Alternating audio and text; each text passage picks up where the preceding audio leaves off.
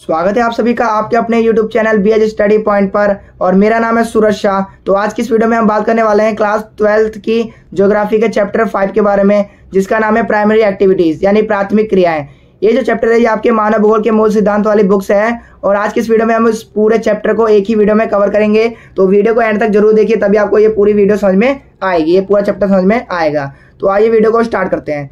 तो सबसे पहले आप जान लो कि ये आर्थिक क्रियाएं होती क्या है। ठीक है, तो आर्थिक क्रियाएं क्या होती है कि वो सभी क्रियाएं जिसके चलते जो है मनुष्य को धन की प्राप्ति होती है, यानी कि पैसे मिलता है उसको।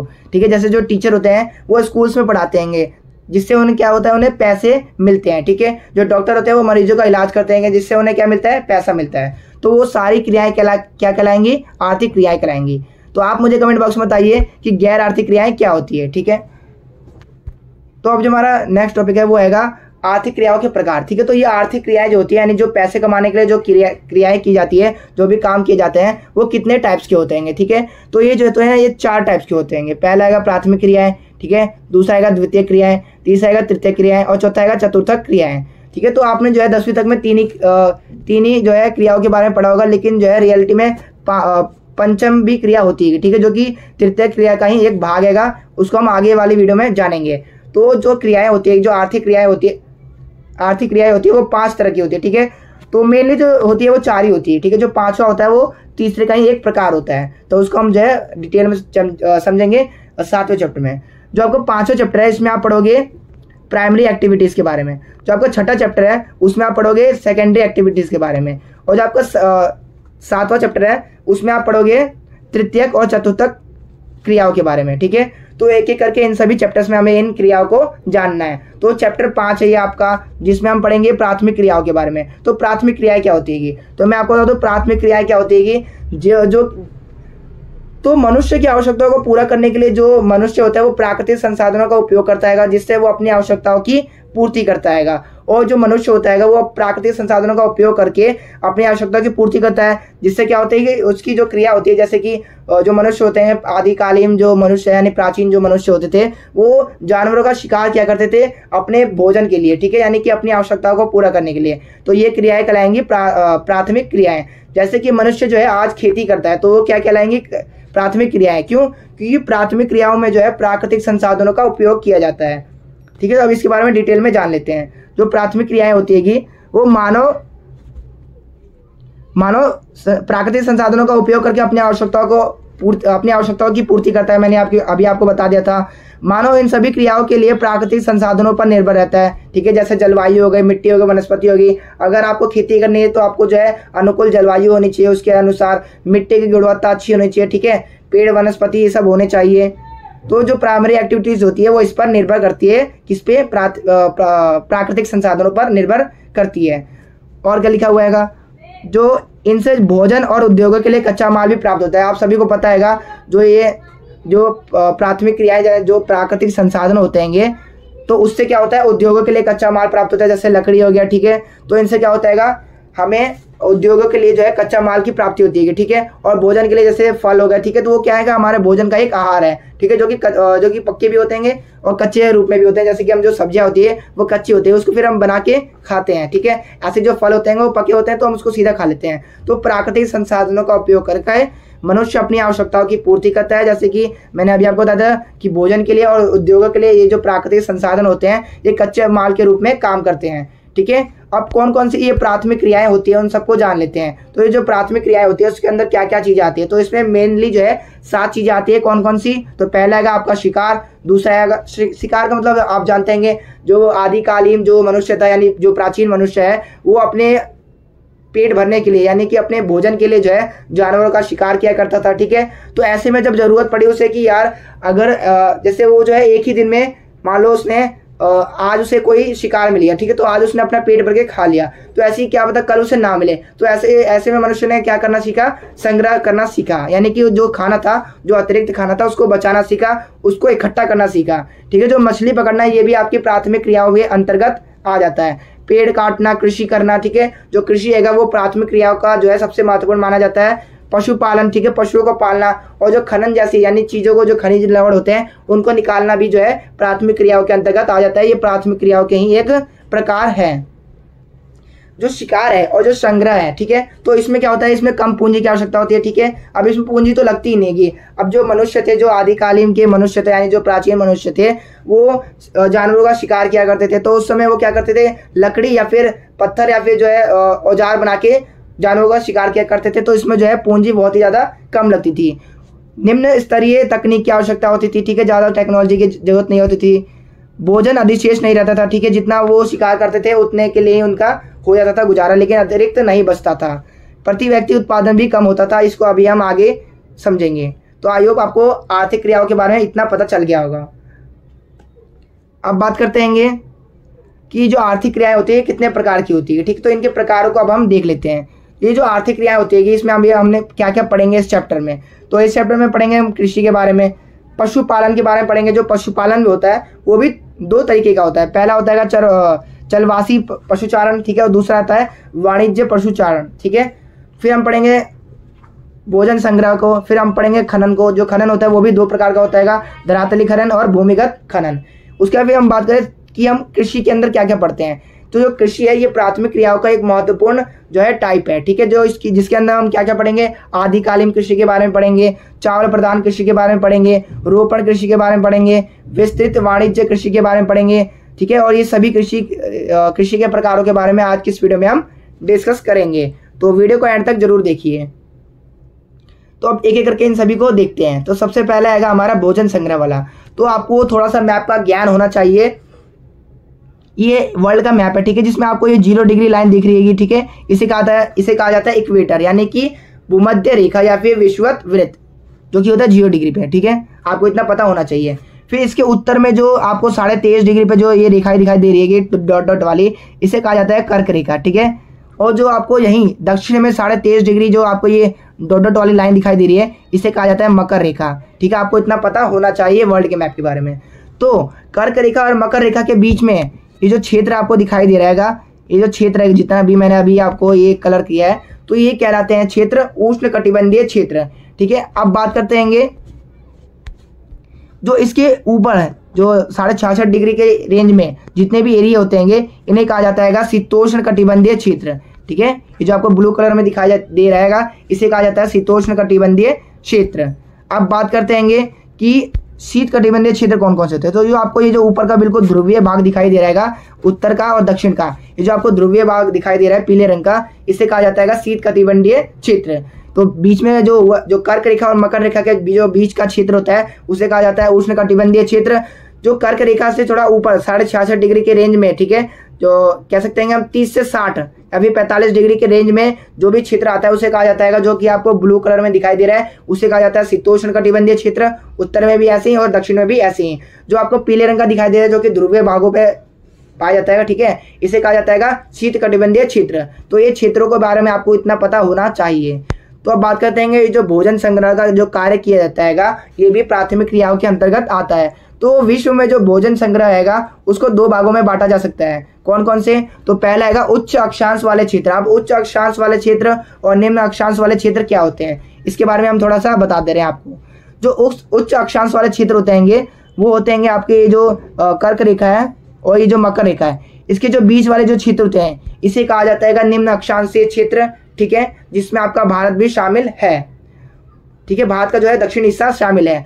और जिसको ऊपर वाला जो क्षेत्र होता है इसे कहा जाता है जो भी आपको इधर दिखाई दे रहा है, जो आपको इधर और दक्षिण में इधर दिखाई दे रहा है, इसे कहा जाता है उच्च अक्षांशीय क्षेत्र।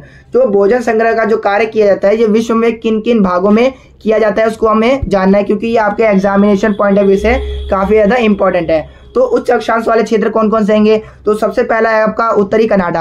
आप जानते हैं ये पूरा जो आपका महाद्वीप है ये उत्तरी महाद्वीप है, उत्तरी अमेरिका महाद्वीप है। इसमें जो आपका ऊपर वाला है ये आपका कनाडा कहलाता है। तो इसका जो उत्तरी भाग है यहाँ पर भोजन संग्रह का कार्य किया जाता है, यानी यहाँ पर भोजन संग्रह का कार्य किया जाता है, ठीक है। इसके अलावा जो आपका यूरेशिया का जो उत्तरी यूरोप और एशिया इन दोनों को मिला के कहा जाता है यूरेशिया। तो ये जो यूरेशिया का जो आपको उत्तरी भाग दिखाई दे रहा है यहाँ पर भी आपको भोजन संग्रह का कार्य करता है, ठीक है। जो साइबेरिया, ठीक है, मैं आपको बता दूं ये जो क्षेत्र होता है इस साइबेरिया क्षेत्र कहलाता है। और मैं आपको बता दूं जो रूस है ये एक एशियन कंट्री नहीं है, ये एक यूरोपीय कंट्री है, ठीक है। अगर आपसे पूछा जाता है आपके आने वाले कॉम्पिटिटिव एग्जाम में कि जो एशिया है एशिया आएगा, ठीक है। एशिया का जो सबसे बड़ा देश है वो कौन सा है, तो आप रूस नहीं लिखोगे, रूस इसका आंसर नहीं हैगा, इसका आंसर हैगा चीन। चीन जो है एशिया का सबसे बड़ा देश है। क्यों, क्योंकि जो रूस हैगा उसका जो कैपिटल है यानी जो मॉस्को है वो यूरोप में पड़ता है, इसलिए जो रूस है उसको यूरोपीय कंट्री माना जाता है। तो जो रूस है वो एशियन कंट्री नहीं है, ठीक है, ये यूरेशियन कंट्री है, यानी यूरोप का इसको समझा जाता है। तो जो आपको ये जो एशिया का जो ऊपरी भाग दिखाई दे रहा है जिसे कहा जाता हैगा साइबेरिया कहा जाता है, ठीक है। तो रूस का जो भाग एशिया में है उसे कहा जाता है साइबेरिया, ठीक है, साइबेरिया कहा जाता है उसे। और जो साइबेरिया में जो जनजाति रहती है कि जो कि भोजन संग्रह का काम करती है उसे कहा जाता है एस्किमो। और यहाँ पर जो जनजाति जो बर्फ के घर बना के रहते हैं उन्हें कहा जाता है इग्लू, बर्फ के घरों को कहा जाता है इग्लू, ठीक है, आपको ये याद रखना हैगा, इग्लू कहा जाता है। अब बात इसके अलावा जो चिली हैगा, चिली आप जानते हैं दक्षिण अमेरिका का एक देश हैगा जो कि यहाँ पर हैगा, ठीक है। ये भी जो है आपका मकर रेखा से नीचे पड़ता हैगा, इसलिए जो दक्षिणी जो चिली हैगा आपका ये भी भोजन संग्रह यहाँ पर भी किया जाता हैगा इनकी एक जनजाति के द्वारा। फिर हम निम्न अक्षांशीय क्षेत्रों को देख लेते हैं। तो निम्न अक्षांशीय क्षेत्र में क्या क्या रहते हैं, तो आपका ये कर्क रेखा और मकर रेखा के जो बीच में जो क्षेत्र रहेगा इसे कहा जाता हैगा निम्न अक्षांशीय क्षेत्र, जिसमें आ जाते हैं आपके अमेजन बेसिन। अब अमेजन बेसिन क्या होता है, तो आपको ये पूरा साउथ अमेरिका दिखाई दे रहा होगा। तो साउथ अमेरिका में यहाँ पर एक नील नदी है, ठीक है, सॉरी अमेजन नदी है। तो अमेजन नदी के जो चारों ओर का जो क्षेत्र रहेगा उसे कहा जाता है अमेजन बेसिन। तो अमेजन बेसिन में भी जो जनजाति है वो भोजन संग्रह का कार्य करती है, ठीक है। इसके अलावा जो आपको अफ्रीका में ये आपका अफ्रीका महाद्वीप है, ठीक है, इसमें जो आपको एक यहाँ पर नदी दिखाई देगी जिसका नाम है कांगो नदी, ठीक है। जो कांगो नदी है ये अफ्रीका की एक नदी हैगी और तो और इसके आसपास के जो क्षेत्र हैं इन्हें कहा जाता है कांगो बेसिन। और आपको जो भोजन संग्रह वाले जो क्षेत्र रहेंगे वो ऑस्ट्रेलिया में भी कुछ भागों में दिखाई देंगे। इसके अलावा जो दक्षिण पूर्वी यानी ये वाला इलाका, यहाँ पर भी आपको जो है भोजन संग्रह के क्षेत्र दिखाई देंगे। और मैं आपको बता दूं ये जो भोजन संग्रह करने वाले जो क्षेत्र रहेंगे, जो जनजाति भोजन संग्रह करती है इन्हें ही कहा जाता है स्थानांतरित कृषि या फिर आदिकालीन निर्वाह कृषि, ठीक है, इनके द्वारा ही ये की जाती है। अभी हम इसके बारे में डिटेल में पढ़ेंगे कि ये क्या है। तो आई होप आपको इतना समझ में आ गया होगा। अब जो हमारा नेक्स्ट टॉपिक है वो आएगा संग्रह के बारे में। तो संग्रह आप जानते हैं किसी चीज़ को इकट्ठा करना, ठीक है। तो आधुनिक समय में भोजन संग्रह के कार्य का व्यापारीकरण, ठीक है। तो आप जानते हैं कि आधुनिक समय में यानी आज के समय में जो लोग हैंगे वो कीमती पौधों की पत्तियों को, ठीक है, उसके छालों को, औषधि पौधों को बाजारों में बेचते हैंगे। इसका उद्देश्य क्या होता है, लाभ कमाना इसका उद्देश्य होता है। जो लोग होते हैं वो पौधे के बहुत सारे भागों का बेचते हैं क्योंकि पौधों के बहुत से भागों का जो है उपयोग किया जाता है, ठीक है। आप जैसे जानते हैं जो छाल बनाने में और छाल से जो है चमड़ा बनता है और कुनैन बनता है, ठीक है। जो पौधों की और जो पेड़ों की जो पत्तियां होती है उससे पेयजल, दवाइयां और शक्तिवर्धक यानी पावर वाले जो खाने होते हैं वो बनते हैं, ठीक है। जो रेशियो होते हैं पौधों के जो रेशियो होते हैं, ठीक है, जो पेड़ों के जो रेशियो होते हैं उनसे कपड़ा बनता है, आपको ये पता होना चाहिए। और तने से इसका गोंद बनता है, ठीक है। तो आधुनिक समय में जो भोजन संग्रह है उसके व्यापारीकरण हो चुका है। अब जो हमारा नेक्स्ट टॉपिक है वो आएगा पशुपालन। तो आप जानते हैं पशुपालन क्या होता है, पशुपालन यानी पशुओं को पालना पशुपालन कहलाता है। अभी जो पशुपालन होता है ये दो प्रकार का होता है। पहला आता है चलवासी पशुचारण, ठीक है। अब ये चलवासी पशुचारण क्या होते हैं, तो जो चलवासी आपको नाम से ही पता चल रहेगा, चलवासी जो चलते रहते हैं, ठीक है, यानी जो अपने पशुओं को जो है चराते रहते हैं, जैसे कि आपने गुज्जर, बकरवाल, ठीक है, इन सब का नाम, बुटिया, इन सब का नाम सुना होगा। ये क्या काम करते हैं, अपने भेड़ बकरियों को जो है जब गर्मी का टाइम रहता है तो अपने भेड़ बकरियों को पहाड़ों की ओर चराने के लिए ले जाते हैं, और जब सर्दी का टाइम पड़ने लगता है तो वो अपने पशुओं को पहाड़ों से मैदानी क्षेत्रों की ओर लाते हैं, ठीक है। तो इस प्रकार का जो पशुचारण होता है इसे कहा जाता है चलवासी पशुचारण। तो अभी हम डिटेल में पढ़ेंगे इसके बारे में क्या क्या है। और जो दूसरा प्रकार है वो आएगा वाणिज्यिक पशुधन पालन। इसमें क्या होता है, ये कॉमर्शियल होता है, यानी कि इसमें जो है जो पशु होती है, वो जो पशु होते हैं जो कि एक ही प्रकार के इसमें पशुओं को पाला जाता है। अगर घोड़े को पाल रहे हैं तो घोड़ा ही पाला जाएगा, अगर गाय को पाला जा रहा है तो गाय ही पलेगी, ठीक है। किसी एक प्रकार के जनजाति को यहाँ पर पाला जाता है और उसके जो है उनको घूमने नहीं दिया जाता है, उनके लिए एक फार्म बना दिया जाता है, यानी कि जो है एक क्षेत्र बना दिया जाता है। उसको अभी हम डिटेल में जानेंगे, ठीक है। तो आप देख सकते हैं, अब जरा इनको डिटेल में जान लेते हैं। तो सबसे पहला आएगा हमारा चलवासी पशुचारण। तो इसके बारे में जान लेते हैं। तो जो चलवासी पशुचारण है ये प्राचीन जीवन निर्वाह पशुचारण है, यानी कि ये जो चलवासी जो पशुचारण है ये बहुत ही पहले समय से किया जा रहेगा। और ये क्यों किया जा रहा है? केवल जीवन निर्वाह के लिए किया जा रहेगा, ठीक है, कि बस उनका गुजारा चल जाए। इनमें जो है पशुओं के चारे के लिए जो है और पानी के लिए एक जगह से दूसरी जगह इन्हें घूमना पड़ता है, ठीक है, पशुओं के चारे के लिए। और यानी आप देख सकते हैं यहाँ पर जो है पशुओं के खाने के लिए जो है उचित प्रबंधन नहीं है। जैसे कि आप देख सकते हैं यहाँ के जो पशु चारक होते हैं ये अपने पशुओं को जो है ये मौसमी प्रवाह होता रहता है इनका। यानी मौसमी प्रवाह का मतलब होता है कि एक मौसम में ये किसी पहाड़ी इलाकों पर जाते हैं, जैसे कि मैंने अभी आपको बताया था। जो चलवासी पशुचारण होते हैं ये गर्मियों के महीने में, गर्मियों के जो मौसम होता है उसमें अपने पशुओं को पहाड़ी क्षेत्रों की ओर ले जाते हैं और वहां पर से चराते हैं और जो पशु के चारे होते हैं पानी की तलाश करते हैं। जैसे सर्दी का टाइम आने लगता है तो वो अपने सभी पशुओं को पहाड़ी इलाकों से मैदानी इलाकों की ओर लाने लगते हैं, ठीक है। तो जिसमें से आप पढ़ा होगा अपने गुज्जर को पढ़ा होगा, बकरवाल को, ठीक है, गद्दी को, बुटिया को, ये सब जो है पशु चारकों के नाम है, ठीक है। इनमें जो है पशुओं की विशेष देखरेख नहीं की जाती है, ठीक है। आप देख सकते हैं इनके जो खाने होते हैं उनके लिए भी इन्हें भटकना पड़ता है एक जगह से दूसरी जगह। इनमें पशुओं को प्राकृतिक रूप से उगने वाली घास पर निर्भर रहना पड़ता है। और इनमें जो है एक साथ बहुत सारे पशुओं को पाला जाता है। मैंने अभी आपको बताया था जो चलवासी पशुचारण उसमें भेड़, बकरी, गाय सभी आ जाते हैं, ठीक है। जिसमें आप देख सकते हैं उष्णकटिबंधीय जो अफ्रीका के जो क्षेत्र रहेंगे वहाँ पर गाय और बैलों को पाला जाता है, ठीक है, उनका पशुचारण किया जाता है। और यहीं बात की जाए सहारा मरुस्थल की और जो थार मरुस्थल है वहाँ पर भेड़, बकरी और ऊँटों को पाला जाता है। और पर्वतीय इलाकों में जो है याक को पाला जाता है और लामा को पाला जाता है, ठीक है, आपने चीन में देखा होगा इन्हें। और ध्रुवीय इलाकों पे जो है रेंडियर को पाला जाता है, रेंडियर का जो है पशुचारण किया जाता है। आप यहाँ पर वर्ल्ड मैप में भी देख सकते हैं। इसमें आपको 3 क्षेत्रों को अच्छी तरह से याद रखना है। ये आपका जो ये साइबेरिया वाला भाग है, ऊपर का जो साइबेरिया वाला भाग है, यहाँ पर जो है चलवासी पशुचारण किया जाता है। आपको ये क्षेत्र याद रखने हैं। फिर आपका जो है ये अफ्रीका का आपका सहारा मरुस्थल का आपको यहाँ पर क्षेत्र दिख रहा होगा। इसके अलावा जो आपको ये तीसरा क्षेत्र है जो कि आपको दिखाई दे रहा होगा दक्षिण जो अफ्रीका है, दक्षिण अफ्रीका के पास में। और ये जो आपको छोटा सा ये मेडागास्कर दिखाई दे रहा है, ये जो पश्चिमी मेडागास्कर है, यहाँ पर भी जो है पशुचारण, चलवासी पशुचारण किया जाता है। अब बात करते हैं कि ये जो चलवासी पशुचारण है इनकी संख्या लगातार घटती क्यों जा रही है, ठीक है। तो राजनीतिक सीमाओं के निर्धारण के कारण आप जानते हैं सभी देश की जो है अपनी अपनी सीमा बन चुकी है कि कोई भी जो है एक दूसरे देश में नहीं जा सकता है पशुचारण के लिए। तो ऐसे में जो उनको घास चाहिए होती है वो उनको नहीं मिल पाती है, जिसके वजह से जो पशुचारक होते हैं उनकी संख्या घटती जा रही है, ठीक है। और जो लोग हैं वो अपनी जगह पे बस्तियां बनाए जा रहे हैं, ठीक है। जो पेड़ पौधे हैं, जो घास के मैदान है, उनको काटे जा रहे हैं, जिसके वजह से इनके लिए जो है काफ़ी बड़ी समस्याएं उत्पन्न होती जा रही है। इसलिए जो पशुचारण है उनकी संख्या में लगातार कमी होती जा रही है। अब जो हमारा सेकंड प्रकार है वो हैगा वाणिज्य पशुधन पालन, यानी ये कमर्शियल होता है। इसमें क्या किया जाता है, ये जो है पैसे कमाने के उद्देश्य से किया जाता है, यानी इसमें जो है पूंजी की भी आवश्यकता होती है। तो यह एक पूंजी प्रधान पशुपालन है। बिल्कुल आसान लैंग्वेज में मैंने आपको यहाँ पर लिखवा रखा है, 1 सेकंड में आपको ये याद हो जाएगा, ठीक है। तो आप देखते हैं यहाँ पर जो है बाउंड्री बना रखी गई इनके लिए, यानी कि इनके लिए जो एक सीमा, एक रेखा जो है, एक स्थान जो है निर्धारित किया गया है, ठीक है। और यह एक सेकंड, हाँ, तो यह एक निश्चित स्थान पर विशाल क्षेत्र में जो है फार्म का निर्माण कराया जाता है। उसके अंदर जो है इन पशुओं को रखा जाता है।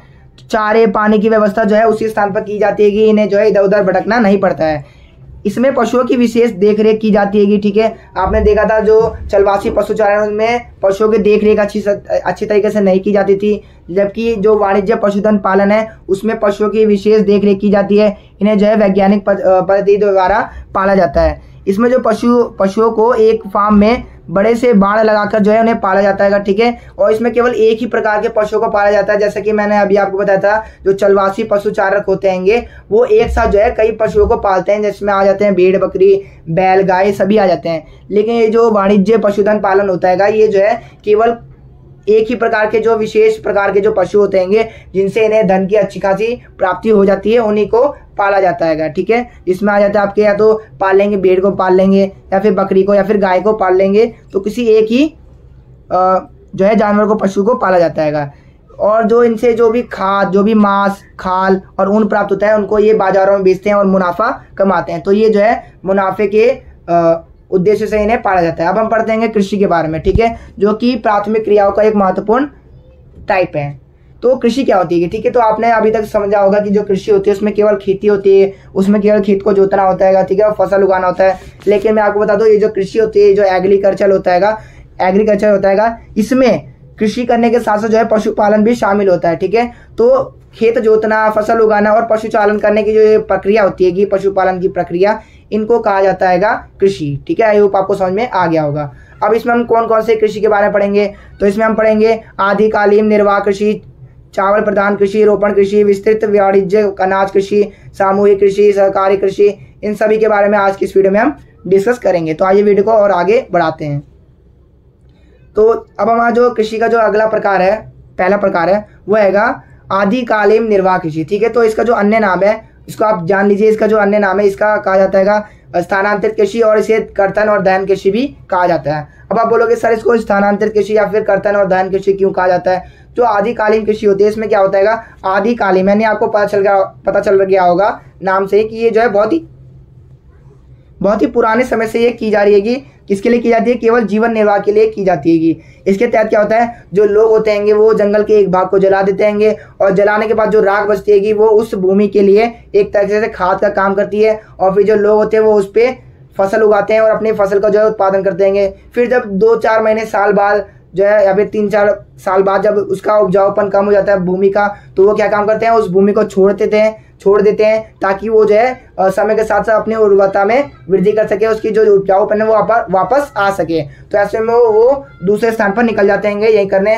और वो ये जो चक्र होता है ये बार बार चलते रहता है, इसलिए इसे जो है झूम खेती भी कहा जाता है, ठीक है। झूम खेती भी इसे कहा जाता है, इसलिए इसे कहा जाता है स्थानांतरित, यानी कि एक जगह से दूसरी जगह ये जाते रहते हैं और करते रहते हैं। कर्तन और दहन, यानी कि इसमें जो है क्या करा जाता है, इसमें फसलों को, पेड़ों को जो है जला दिया जाता है, उसके बाद उसको साफ करके उसमें खेती की जाती है, इसलिए इसको कर्तन और दहन कृषि भी कहा जाता है। तो आपको समझ में आ गया होगा कि आदिकालीन निर्वाह कृषि को स्थानांतरित कृषि और कर्तन और दहन कृषि क्यों कहा जाता है।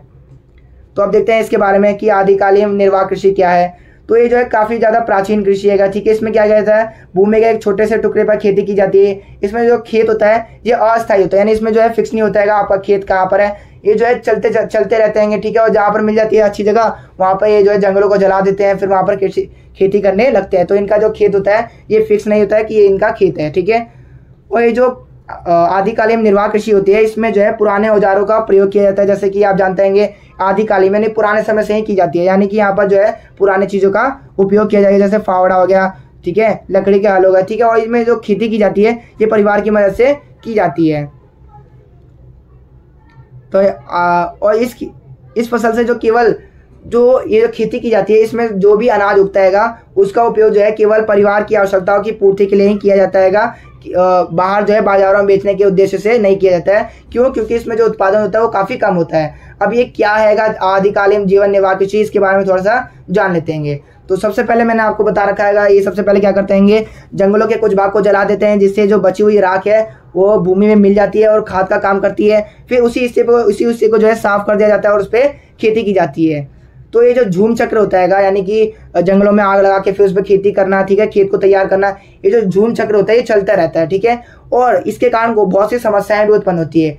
जब ऐसे आग जलाकर जो है पेड़ पौधों को काट कर फिर उस पर खेती की जाती है, तो ऐसे में बहुत सी समस्याएं भी उत्पन्न होती है। कैसी समस्याएं? तो 2-4 साल बाद या फिर 3 से 5 साल बाद जो है इस मिट्टी की जो उपजाऊपन होती है वो समाप्त होने लगती है। तो ऐसे में जो किसान होते हैं वो क्या काम करते हैं, उस भूमि को छोड़ देते हैं ताकि वो जो है दोबारा से रिसाइकल हो सके, यानी उस भूमि में दोबारा से जो उसकी उपजाऊपन है वापस आ सके। तो ऐसे में वो उस भूमि को छोड़ देते हैं। और जैसे आप जानते हैं भारत के अलग अलग, ठीक है, विश्व में जो है अलग अलग स्थानों पर इसे अलग अलग नाम दिया गया है। जैसे भारत में इसे जो है झूम खेती कहा जाता है, ठीक है। अमेरिका और मैक्सिको में इसे जो है शिल्पा कहा जाता है। मलेशिया और इंडोनेशिया में इसको लदांग कहा जाता है। आपको ये 1 नंबर में ये पूछा जा सकता है। अब देखते हैं इनके कौन कौन से क्षेत्र हैं। तो मैं आपको बता दूं, आदिकालीन निर्वाह कृषि के जो क्षेत्र रहेंगे वो रहेंगे आपके दक्षिण और मध्य अमेरिका, यानी कि दक्षिण और मध्य अमेरिका, ठीक है, जिसमें आ जाते हैं आपके, ये आपका जो ऊपर वाला हिस्सा दिख रहा है ये आपके आ जाते हैं, ये जो ब्लैक कलर में आपको दिखाई दे रहा है ये आपका आएगा आदिकालीन निर्वाह कृषि क्षेत्र, ठीक है। इसके अलावा जो आपका ब्राजील व जो अफ्रीका है ये भी आपको दिखाई दे रहा है, इस भाग में जो है आदिकालीन निर्वाह कृषि की जाती है। इसके अलावा जो दक्षिण पूर्वी एशिया है यहाँ पर भी कुछ जगहों पर की जाती है ये कृषि।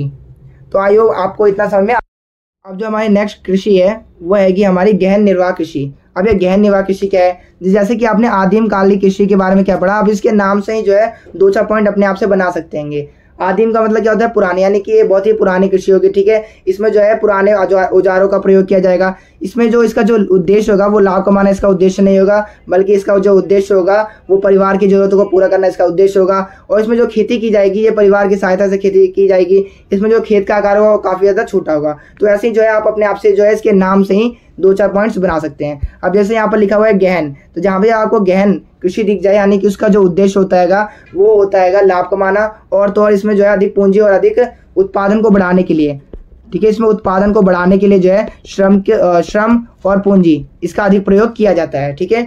तो आप इसके बारे में देख सकते हैं। अधिक उपज बढ़ाने के लिए जो इसका जो उद्देश्य होता है वो पूंजी और श्रम का अधिक प्रयोग किया जाता है उत्पादन बढ़ाने के लिए। इसमें जो कृषि की जाती है स्थायी रूप से होती है कि एक साल में जो है 2 से 3 फसलों को इसमें उगाया जाता है, और खाद्यान्न फसलों का इसमें उत्पादन किया जाता है। खाद्यान्न फसलें जिसे हम खाते हैं।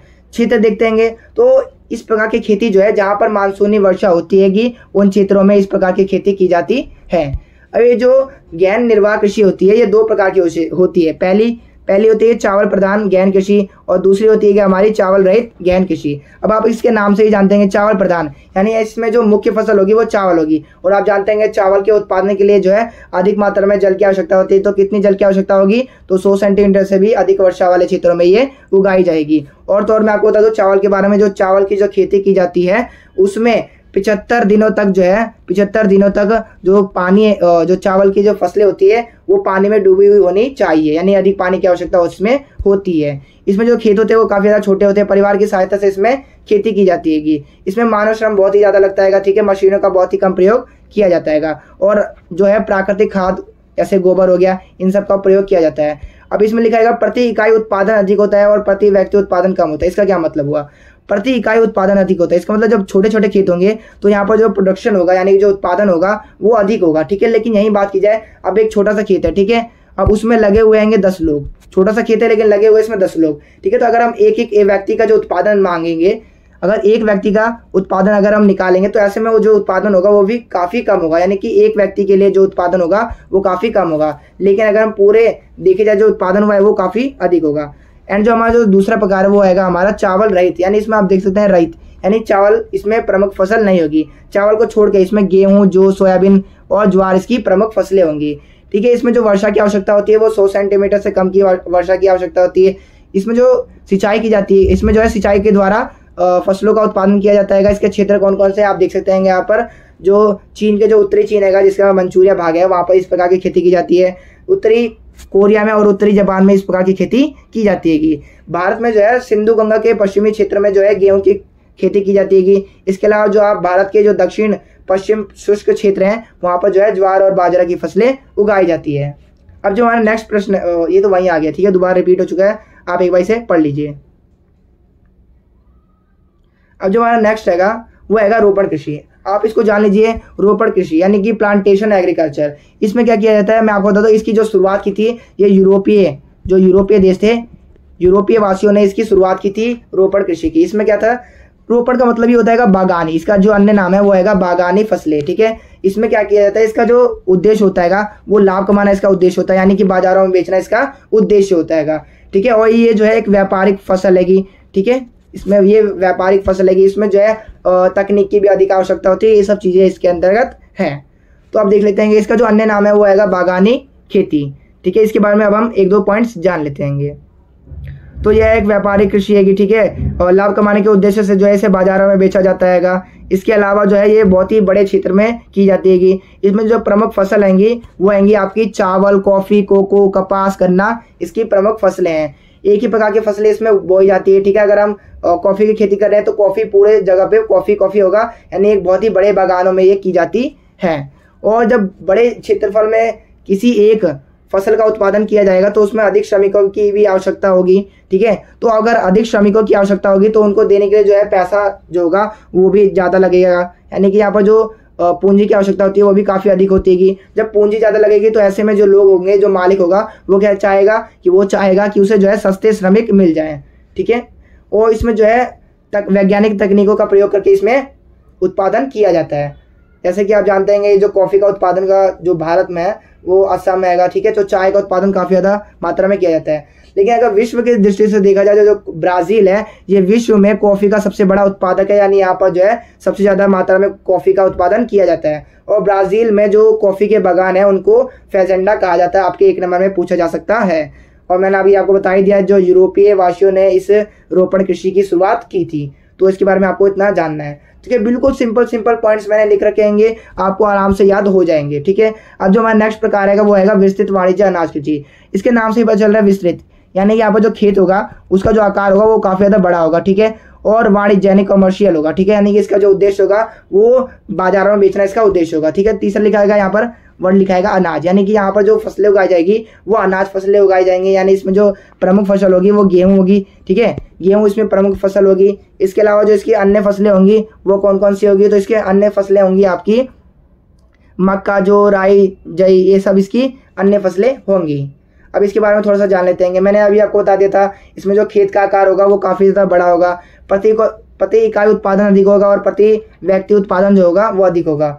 इसमें खेत जोतने से लेकर जो है फसल काटने तक में सभी जो कार्य होते हैं वो मशीनों के द्वारा किए जाते हैं, यानी यहाँ पर जो है मशीनों को काफ़ी ज़्यादा प्रयोग किया जाता है इस फसल में, ठीक है, इस खेती में।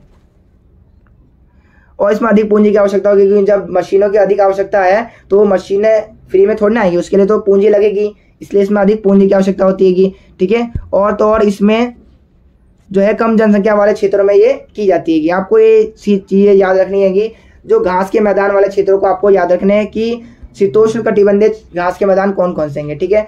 तो यूरेशिया मतलब यूरोप और एशिया का जो भाग है वहाँ पर जो घास के मैदान है उसको कहा जाता है स्टेपीज, ठीक है, स्टेपी घास के मैदानों को कहा जाता है। और जो उत्तरी अमेरिका है वहाँ पर कहा जाता है प्रेरीज। और जो अर्जेंटीना है उत्तरी अमेरिका, आप यहाँ देख सकते हैं ये ग्रीन रंग का जो यहाँ पर कलर किया गया है ये है आपका प्रेरीज, ठीक है। और आपको ये जो दक्षिणी अमेरिका में आपको जो यहाँ पर दिखेगा कोने में आपको अर्जेंटीना, ठीक है। तो अर्जेंटीना में जो है घास के मैदानों को कहा जाता है पंपास। दक्षिण अफ्रीका में जो घास के मैदान हैं आपको यहाँ पर देख सकते हैं नीचे, इसे कहा जाता है वेल्डस। एंड जो ऑस्ट्रेलिया में जो घास के मैदान है उसे कहा जाता है डाउन्स। और न्यूजीलैंड में इसे कहते हैं कैटरबरी, ठीक है। ये आपको याद रखने कुछ नाम सेंगे, आपको जो है पहला, दूसरा, तीसरा, चौथा, 4 ऑस्ट्रेलिया तक जो है आपको याद रखने, ये आपके एग्जाम में 100% पूछे जाएंगे।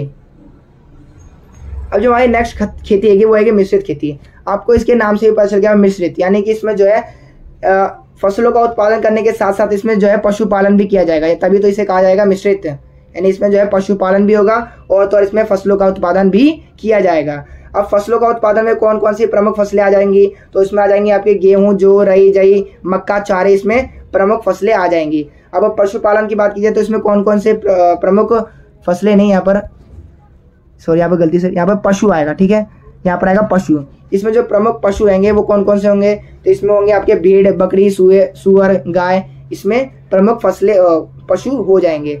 अब मिश्रित खेती के कुछ विशेषताओं को देख लेते हैं। तो जो मिश्रित खेती की जाती है, मिश्रित खेती होती है इसमें फसल चक्र को अपनाया जाता है। अब आप बोलोगे सर ये फसल चक्र क्या होता है, तो मैं आपको बता दूं ये जो फसल चक्र होता है इसमें क्या होता है, जब मिट्टी की उपजाऊपन कम होने लगती है तो ऐसे में जो किसान होते हैं वो इस प्रकार की खेती में क्या करते हैं, मिश्रित खेती करते हैं। यानी कि वो जो है कभी जो है गेहूं उगा देंगे तो अगली बार जो है वो गेहूं की जगह कोई और सी फसलें उगा देते हैं। यानी कि जो खेत में जो है बदल बदल के फसलों को ये उगाते हैं, जिसके कारण क्या होता है मिट्टी में जो उपजाऊपन होते हैं वो बनी रहती हैगी और मिट्टी में जो उपजाऊपन है उसकी कमी नहीं होती हैगी। इसलिए जो है जो फसल चक्र को अपनाया जाता है इस खेती में। इसमें जो खेत का जो आकार होता है वो काफ़ी मध्यम होता है, ना ही ज़्यादा बड़ा होता है और ना ही ज़्यादा छोटा होता है। इसमें अधिक पूंजी की आवश्यकता होती है, ठीक है। अब इसमें जो है कृषि यंत्र, ठीक है, रासायनिक खाद और उर्वरक की आवश्यकता होती हैगी। इसमें जो है कुशल, यानी जो बिल्कुल इसके बारे में जानते हैं उनके उस प्रकार के जो है इसमें किसानों की आवश्यकता होती है जो कि इसके बारे में अच्छे से जानते हैं। इसके अलावा जो इस खेती में देख लेते हैं विश्व के जो है विकसित देशों में ये जो खेती है ये की जाती है, ठीक है, जो विकसित देश है, ठीक है। तभी तो इसमें कहा गया है इसमें जो है कुशल श्रमिकों की आवश्यकता कृषकों की आवश्यकता होती है। तो ये बिल्कुल सिंपल लैंग्वेज में लिखा हुआ है, आप आराम से देख के समझ सकते हैं इसे। अब जो हमारा नेक्स्ट हैगा वो हैगा बाजारों के लिए सब्जी और उद्यान कृषि, ठीक है। तो अब देख लेते हैं इसके बारे में। तो इस प्रकार की जो खेती, इस प्रकार की कृषि में अधिक पैसे की आवश्यकता होती है, ठीक है। और ये काफ़ी ज़्यादा जो है मुद्रा वाले फसलें होती हैं, ठीक है, जिसमें आ जाते हैं सब्जी, फल, पुष्प, ठीक है। और इनकी जो मांग होती है ये नगरीय क्षेत्रों में यानी शहरों में इसकी मांग काफ़ी ज़्यादा होती है। इसमें जो खेत का आकार होता है वो काफ़ी ज़्यादा छोटा होता है, अधिक श्रमिकों की आवश्यकता होती है और पूंजी की भी अधिक आवश्यकता होती है। इसके प्रमुख क्षेत्रों की बात की जाए तो इसमें जो है आपके उत्तर पश्चिमी यूरोप, उत्तर पूर्वी अमेरिका और भूमध्य सागरीय के क्षेत्र आ जाएंगे। और मैं आपको तो ये जो दो फसलों के मैंने यहाँ पर नाम बताएंगे, एक तो आ जाएंगी आपकी सब्जी कृषि और दूसरा आएगा आपका उद्यान कृषि। तो आप देख लेते हैं इन दोनों को। जो सब्जी कृषि है इसे जो है ट्रक कृषि के नाम से भी ज़्यादा जाना जाता है। इसमें जो है सब्जियों का उत्पादन किया जाता है, इसके नाम से ही पता चल रहा होगा आपको, ठीक है। सब्जी कृषि यानी इसमें सब्जियों का उत्पादन किया जाएगा। इसका जो अन्य नाम है वो आएगा ट्रक कृषि। आपके 1 नंबर में 100% ये पूछा जाएगा कि ट्रक कृषि किसे कहते हैं और क्यों कहते हैं। तो मैं आपको बता दूं, ये जो ट्रक कृषि है ये सब्जी कृषि को कहते हैं। क्यों? क्योंकि जो ट्रक होते हैं वो फार्म से, ठीक है, और बाजारों के बीच में जो दूरी होती है उसको जो ट्रक होते हैं वो बहुत ही कम समय में पूरे कर लेते हैं। आप जानते हैं जो सब्जियां होती है वो बहुत ही जल्दी खराब हो जाती है। तो ऐसे में जो फार्म है जहाँ से ये उग रही है, ठीक है, और जो बाजार है उसके बीच में जो जल्दी पहुंचाने का जो काम होता है वो ट्रकों के द्वारा किया जाता है, इसलिए इसे जो है ट्रक कृषि भी कहा जाता है। उद्यान कृषि के बारे में आप जानते हैं यहाँ पर जो है उद्यान लगाए जाते हैं, यहाँ पर बागान लगाए जाते हैं फूलों के, फलों के। जो नीदरलैंड है ये फूलों की खेती के लिए काफ़ी ज़्यादा प्रसिद्ध है, ठीक है। भारत में जो फूलों की खेती हैगी वो होती हैगी उत्तराखंड में। अब जो है डेयरी, आप जानते हैं इसके नाम से ही पता चल रहा है डेयरी, यानी यहाँ पर जो है दूध का जो है उत्पादन किया जाएगा। दूध के उत्पादन के लिए इसमें पशुओं को पाला जाता है, ठीक है। और तो और बात की जाए पशुओं के स्वास्थ्य की तो पशुओं का स्वास्थ्य और प्रजनन और नस्ल पर जो है विशेष ध्यान दिया जाता है, ठीक है। पूंजी की बात की जाए तो इसमें जो है चारे के लिए, ठीक है, यंत्रों के लिए जिससे दूध निकाला जाता है। आप यहाँ पर देख सकते हैं यहाँ पर जो यंत्र लगे हुए हैं तो इनकी मदद से जो है दूध निकाला जाता है। तो इसमें जो है काफ़ी अधिक मात्रा में पूंजी की आवश्यकता होती है। श्रम की बात की जाए तो पूरे दिन जो है पशुओं को चराना, उनका दूध निकालना, तो इन सब कार्य को करने के लिए जो है इसमें अधिक श्रमिकों की आवश्यकता होती है। बाजार की बात की जाए तो ये जो बाजार होते हैं, डेयरी के जो बाजार होते हैं ये नगरीय क्षेत्रों में और औद्योगिक जो औद्योगिक क्षेत्र होते हैं उनके समीप ये कृषि की जाती है ताकि जो है इनमें जो है बहुत ही कम समय में सामान को पहुंचाया जा सके। आई होप आपको इतना समझ में आ गया होगा। क्षेत्रों की बात की जाए तो ये जो है आप देख सकते हैं यहाँ पर मैप हैगा, तो मैप में आप देख सकते हैं यहाँ पर जो उत्तर पूर्वी जो यूरोप का भाग हैगा, यहाँ पर आपको उत्तर पूर्वी यूरोप का भाग, और जो है कनाडा में भी आपको ये दिख जाएगा इस प्रकार की खेती, ठीक है। और तो और जो दक्षिण पूर्वी जो ऑस्ट्रेलिया आएगा यहाँ पर नीचे बिल्कुल, ठीक है, यहाँ पर भी किया जाता है। और जो तस्मानिया है जो कि ऑस्ट्रेलिया के बिल्कुल नीचे आएगा, वहाँ पर भी इस प्रकार की खेती, यहाँ इस प्रकार की कृषि की जाती है। अब हम बात करते हैं भूमध्य सागरीय कृषि की। तो भूमध्य सागरीय कृषि क्या होती है, ठीक है। तो आपको नाम से ही पता चल जा रहा होगा भूमध्य सागर, यानी कि ये भूमध्य सागरीय क्षेत्रों के आसपास से कृषि की जाती है। अब इसको देख लेते हैं जरा इसके बारे में क्या लिखा है।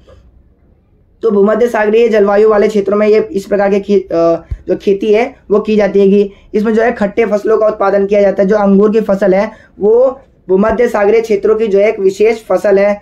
और तो और मैं आपको बता दूं इसमें जो है अच्छे किस्म के जो अंगूर होते हैं उनका उपयोग शराब बनाने के लिए, और जो निम्न किस्म के जो अंगूर हैं उनका जो प्रयोग किया जाता है वो किशमिश के उत्पादन के लिए किया जाता है। जो गर्मी के महीने में जो इसका जैतून और अंजीर का उत्पादन करने के लिए उत्पादन किया जाता है, ठीक है। शीत ऋतु में जो है यूरोप और अमेरिका के जो फल, अब जो है नेक्स्ट हैगा वो हैगा सहकारी कृषि। तो अब सहकारी कृषि को आप समझ लेते हैं।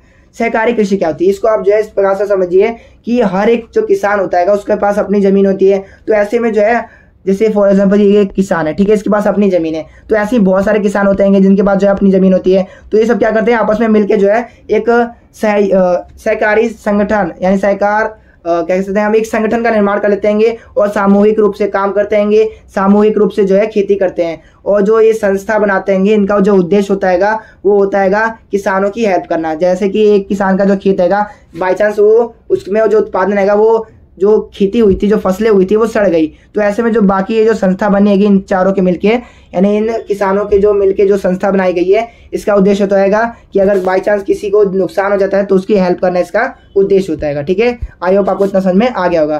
तो ये जो सहकारी कृषि क्या होती है कि इसमें कृषकों का एक समूह होता है, मैंने अभी आपको बता दिया था, जो कि अपनी कृषि से अधिक लाभ कमाने के उद्देश्य से एक सहकारी संस्था बनाकर जो है खेती करते हैं। सहकारी संस्था जो है होती है ये कृषकों के हर प्रकार से मदद करती है कि मैंने अभी आपको बताया था, ठीक है, हेल्प करने के लिए। और जो प्रत्येक किसान होता है उसकी अपनी भूमि होती है कि सहकारी संस्था अपने उत्पादों को जो है अपनी शर्तों पर बेचती है कि ठीक है, अगर उनका मन करेगा बेचने का तो वो सरकार को बेचेगी, इस पर जो है किसी प्रकार का कंट्रोल नहीं होता। यानी आप इसमें एक और पॉइंट लिख सकते हो, यहाँ पर जो सरकार होता है, सरकार का जो है कोई भी नियंत्रण नहीं होता है इसमें। यहीं इसके दूसरे टाइप की बात की जाए तो दूसरा टाइप जो है इसका हैगा सामूहिक कृषि। अब देख लेते हैं सामूहिक कृषि, यानी कि आपने सोवियत संघ के बारे में पढ़ा होगा, यूएसएसआर के बारे में, तो उसमें क्या था, उसमें सामूहिक कृषि की जाती थी। यानी कि जो छोटे छोटे किसानों के खेत होते थे उन सबको मिला के एक बड़ा सा फार्म बना दिया जाता था और सभी किसान जो है उस पर खेती किया करते थे। तो उस पर जो उत्पादन का जो नियंत्रण होता था, जो सरकार का उस पर नियंत्रण होता था और सरकारें निर्धारित करती थी कि इसे किस रेट पर बेचना है, ठीक है। तो यह कृषि जो है सोवियत संघ से आरंभ हुई थी। इस कृषि को जो है सोवियत संघ में जो है कोल खरोच के नाम से भी जाना जाता है। इसमें जो सभी किसान होते हैं वो मिलकर खेती करते हैं और जो उत्पादन के साधनों पर जो है सरकार का नियंत्रण होता है और जो उत्पादन को सरकार ही निर्धारित करती है कि इसे कितने मूल्य पर बेचना है, ठीक है। आई होप आपको इन दोनों में अंतर समझ में आ गया होगा। अब जो हमारा नेक्स्ट टॉपिक है वो आएगा खनन। तो आप जानते हैं खनन मतलब खुदाई। तो जमीन में से जो खनिज पदार्थों को, जो खनिज संसाधन है उनको जो निकालने की प्रक्रिया होती है उसी को कहा जाता है खनन। सिंपल सी लैंग्वेज आपको समझ में आ गई होगी। अभी जो खनन है इसको प्रभावित करने वाले कौन कौन से कारक है उनको समझ लेते हैं। तो जो इसके भौतिक कारक है उनमें आएगा जमाव का आकार, कि किस प्रकार जो है खनिजों की अवस्था आएगी, उसकी उपस्थिति किस प्रकार की होगी, उसकी गुणवत्ता किस प्रकार की होगी, कि अगर हम उसको निकालेंगे तो उसमें जो है कितना जो है मतलब उसमें उसकी क्वालिटी किस प्रकार की है, उसका जो है ये भौतिक कारक हैं जो कि इसको प्रभावित करते हैं। फिर कुछ आर्थिक कारण भी है, जैसे जो बाजार में है उसमें खनिजों की मांग क्या चल रही है, ठीक है। तकनीकी ज्ञान की इसमें आवश्यकता होती है, श्रमिकों की आवश्यकता होती है, ठीक है। और पूंजी और परिवहन की आवश्यकता होती है कि जब हम खनन करेंगे तो उसमें जो है पैसा तो लगेगा क्योंकि उसमें मशीनरी का प्रयोग किया जाएगा, ठीक है। और परिवहन के साधनों का भी उसमें उपयोग होगा। तो आई होप आपको इतना समझ में आ गया होगा। अब जो हमारा नेक्स्ट टॉपिक है वो आएगा खनन की विधियाँ। तो मैं आपको बता दूं खनन की 2 विधियाँ हैं, कौन कौन सी उनको हम जान लेते हैं। तो पहला आएगा हमारा धरातलीय खनन और दूसरा है हमारा भूमिगत खनन। तो धरातलीय खनन क्या होता है, इसके नाम से ही पता चल रहा है कि जो है धरातल के जो है बहुत ही कम गहराई में स्थित होते हैं ऐसे खनिज। तो ऐसे खनिज जो कि ज़्यादा गहराई में ना स्थित होकर जो है धरातल के ऊपरी सतह पर ही मिल जाते हैं उनको कहा जाता है धरातलीय खनिज कहते हैं, ठीक है। जिसमें जो है जो खनन की आवश्यकता होती है बिल्कुल आसानी से इसमें खनन किया जाता है और जो है उत्पादन भी अधिक होता है और जल्दी होता है। जो सुरक्षा उपकरण होते हैं उनकी भी बहुत ही कम आवश्यकता होती है। इसका जो अन्य नाम है वो है विपरीत खनन भी से कहा जाता है, ओपन कास्ट कहा जाता है, क्योंकि ये जो है ज़्यादा हमें इसमें खुदाई की आवश्यकता नहीं होती, ज़्यादा खनन की आवश्यकता नहीं होती है, ठीक है। तो ये बिल्कुल सिंपली तरीके से ये हमें प्राप्त हो जाता है। अब जो हमारा दूसरा था वो था हमारा भूमिगत खनन। तो भूमिगत खनन क्या था, तो भूमिगत खनन की कुछ खनिज ऐसे होते हैं जो कि भूमि के काफ़ी ज़्यादा नीचे होते हैं। तो ऐसे में जो है हमें बड़े बड़े मशीनों की आवश्यकता होती है कि इस प्रकार के खनन को करने के लिए, ठीक है। तो अधिक गहराई में स्थित खनिजों को निकालने में जो है इसका प्रयोग किया जाता है, ठीक है। इसे कुपकी खनन भी कहा जाता है क्योंकि इसमें जो है कूप की तरह मशीनें लगाई जाती है, ठीक है। और ये जो खनन होता है इसमें ये काफ़ी ज़्यादा महंगा पड़ता है और काफ़ी ज़्यादा जोखिम भरा होता है। क्यों? क्योंकि इसमें जो है खनन किया जाता है इसमें आग लगने का, जहरीली गैसों के रिसाव का भी खतरा होता है और काफ़ी ज़्यादा इसमें दुर्घटनाएं भी हो जाती है, इसलिए इसे जो है काफ़ी ज़्यादा जोखिम भरा भी खनन कहा जाता है। तो आई होप आपको ये वीडियो पसंद आई हो। अगर आपको वीडियो पसंद आई हो तो इसे लाइक, शेयर एंड कमेंट करना मत भूलिएगा। अगर आपको ऐसी और भी वीडियोस चाहिए तो वीडियो को लाइक और चैनल को सब्सक्राइब अभी कर दीजिए ताकि आपको ऐसी वीडियोस और भी मिलते रहे। तो thanks for watching this video.